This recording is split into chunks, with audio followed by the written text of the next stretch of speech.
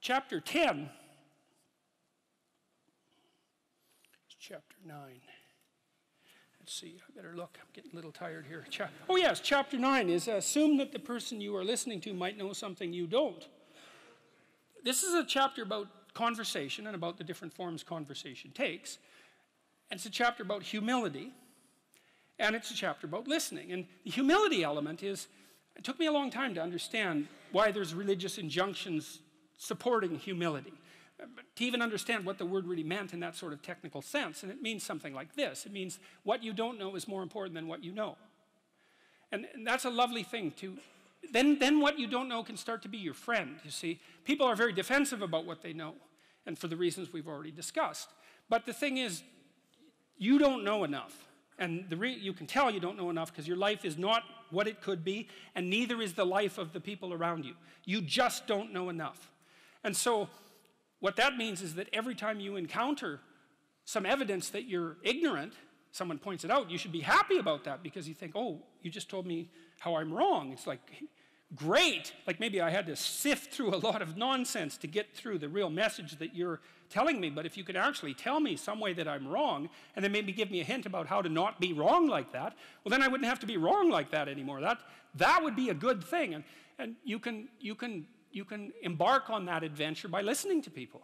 And if you listen to people, they'll tell you amazing things if you listen to them. And many of those things are little tools that you can put in your toolkit, like Batman, and then you can go out into the world and use those tools, and you don't have to fall blindly into a pit quite as often. And so the humility element is, well, do you want to be right, or do you want to be learning? And it's deeper than that. It's, do you want to be the tyrannical king who's already got everything figured out? Or do you want to be the continually transforming hero, or fool for that matter, who's getting better all the time? And that's actually a choice, you know. It's a deep choice, and it's better to be the self-transforming fool who's humble enough to make friends with what he or she doesn't know, and to listen when people talk. And listening is a transformative exercise. Like if you listen to the people in your life, for example, if you actually listen to them, they'll tell you what's wrong with them and how to fix it and what they want. They can't even help it if you start listening, because people are so shocked if you actually listen to them that they tell you all sorts of things that they might not have even intended to, things they don't even know. And then you can work with that. And so, and the other thing that's so interesting, you know, now and then you have a meaningful conversation, right? You have a good conversation with someone, you walk away and you think, geez, you know what? We really connected, and I know more than I did when I came away from that conversation. And during the conversation, you're really engrossed in it. And that feeling of being engrossed is a feeling of meaning. And the feeling of meaning is engendered because you're having a transformative conversation. So your brain produces that feeling of meaning for you. It says, oh yeah, this is exactly where you should be right here and now. It's the right place and time for you. And that's a great place to occupy. And so a good conversation where people are listening has exactly that nature. And the reason it has that nature is because it is in fact transformative. It's one of the truisms of clinical psychology. Like if you're a clinical psychologist, a huge part of what you do is just listen to people. It's like, you know, they come in, they're unhappy, and they'd rather not be, something like that. You say, well, why do you think you might be unhappy? And they don't know. They have some ideas, and they may have to ramble around for like a year before they figure out why they're unhappy. They get rid of a bunch of reasons why they thought they were unhappy that are untrue, and then you kind of get to the heart of the problem. And then you might ask them, well, if you could have what you wanted so that your life would be okay, what would that look like? Then they have to ramble around a bunch about that because they don't really know. But the listening will straighten them out because people think by talking. And in order to think, you have to have someone to listen, because it's very hard to think. Hardly anyone can think.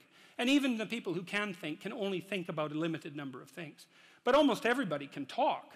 And you can listen to yourself talk, and if someone listens to you, then, well, then you also have a foil for your thoughts, right? Because you can watch the person when you're talking and see if you're boring or see if you're amusing or if you're engrossing, all of those things. And so listening, that's a very good thing. I outline a Carl Rogers dictum. He was a famous clinical psychologist. This is another great little tip. Rogers said, here's a trick to tell if you're listening. So let's say someone lays out their perspective for you, and then what you do is say, look, here's what I think you said. I think you said this and this and this and this and then this. Is that right? Have I got what you're saying right? And maybe the person says, God, you haven't been listening at all.